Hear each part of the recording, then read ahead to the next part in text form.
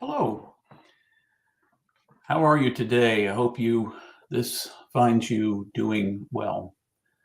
I'm James Henry, and I want to begin by reminding you that you are infinitely precious and unconditionally loved for the gift you already are. That is an intrinsic part of your story, your preciousness, your being loved, and the fact that you're a gift. It's woven into the tapestry of your life. Today, I want to talk a little bit about stories, the stories we curate about ourselves, about our faith, about the world in which we live, because those short stories tend to be the way we see the world in which we live, the way we respond to the world. And periodically, I think it's important for us to curate carefully the stories that we are presenting to ourselves and to the world around us. Stories matter in part because we are a people of stories. We gain our meaning from those stories, the stories that we learned from childhood about our value, about where we come from, about where we're going to, about our purpose in this world, the meaning of our lives. Those are all stories that we curate, that we present to ourselves and to the world. And oftentimes, or at least sometimes, the stories we curate about ourselves begin to shape our own identity, our understanding of ourselves. And if those stories tell what we perceive to be negative things about us, we begin to see ourselves in a negative way.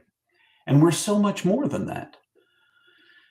It's interesting to me, recently I came across one of the earliest articulations of my sense of calling to ministry. This was way back in my life when I was about, I would say I was maybe 19 years old. Now that articulation included an earlier realization in my life, but the way I articulated it was from the place of my 19-year-old self. When people ask me about my calling now, or even in the last several years, the way I articulate it is different. It's not necessarily that the facts of the story changed so much as the way I perceive those facts and the events that led to my sense of calling have changed. As I've grown, as I've learned more about myself and the world in which I live, as I've come to see that world through different eyes, through eyes I'd like to believe are growing in faith, in love, in hope, in kindness and gentleness, as my eyes perceive the world in that larger way, and I see myself in that larger way, the stories that I articulate change. So that if I were to sense that I were called now, and I do, and were to begin the process of discernment about whether or not my calling is the United Methodist Ministry, the way I'd articulate that or write that short story would look different now than it did for my 19-year-old self. It's not that it's not that it would be better now. It would be different now.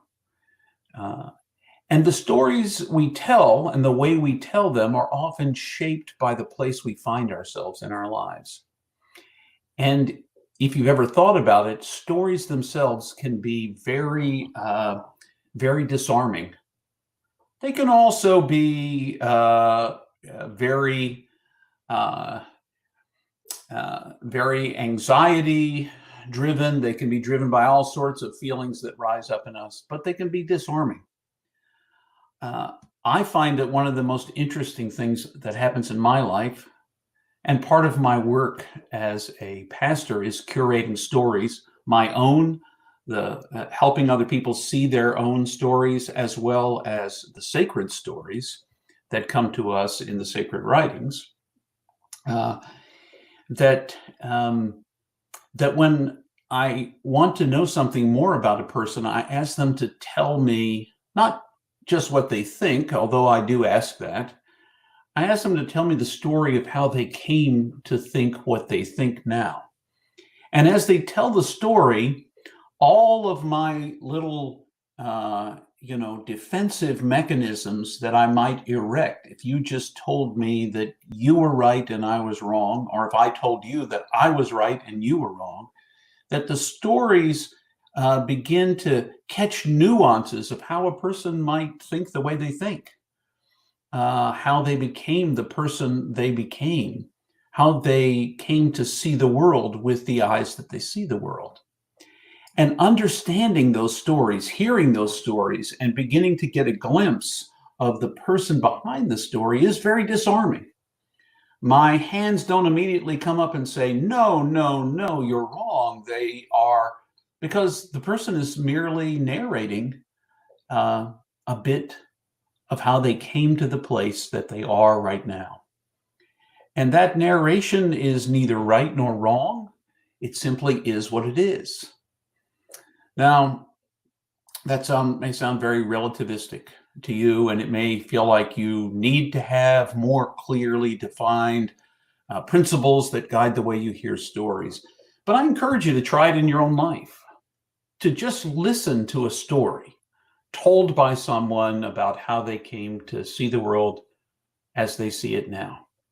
What was it that was shaping to them? What trauma and tragedy and pain have they endured that brought them to that place? What advantages or disadvantages have shaped that story? And how do you receive that story? Can you receive it with just an open heart, open ears, and just receive the story for what it is, perhaps asking some clarifying questions without judging the story itself? When you tell a story, it is very disarming.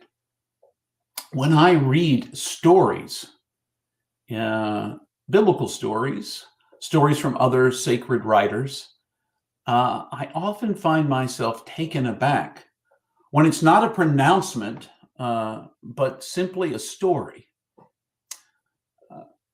Oftentimes in the answer to questions.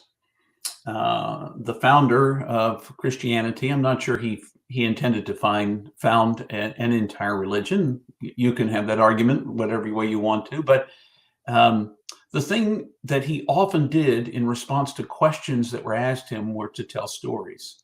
Stories like the story of a prodigal son.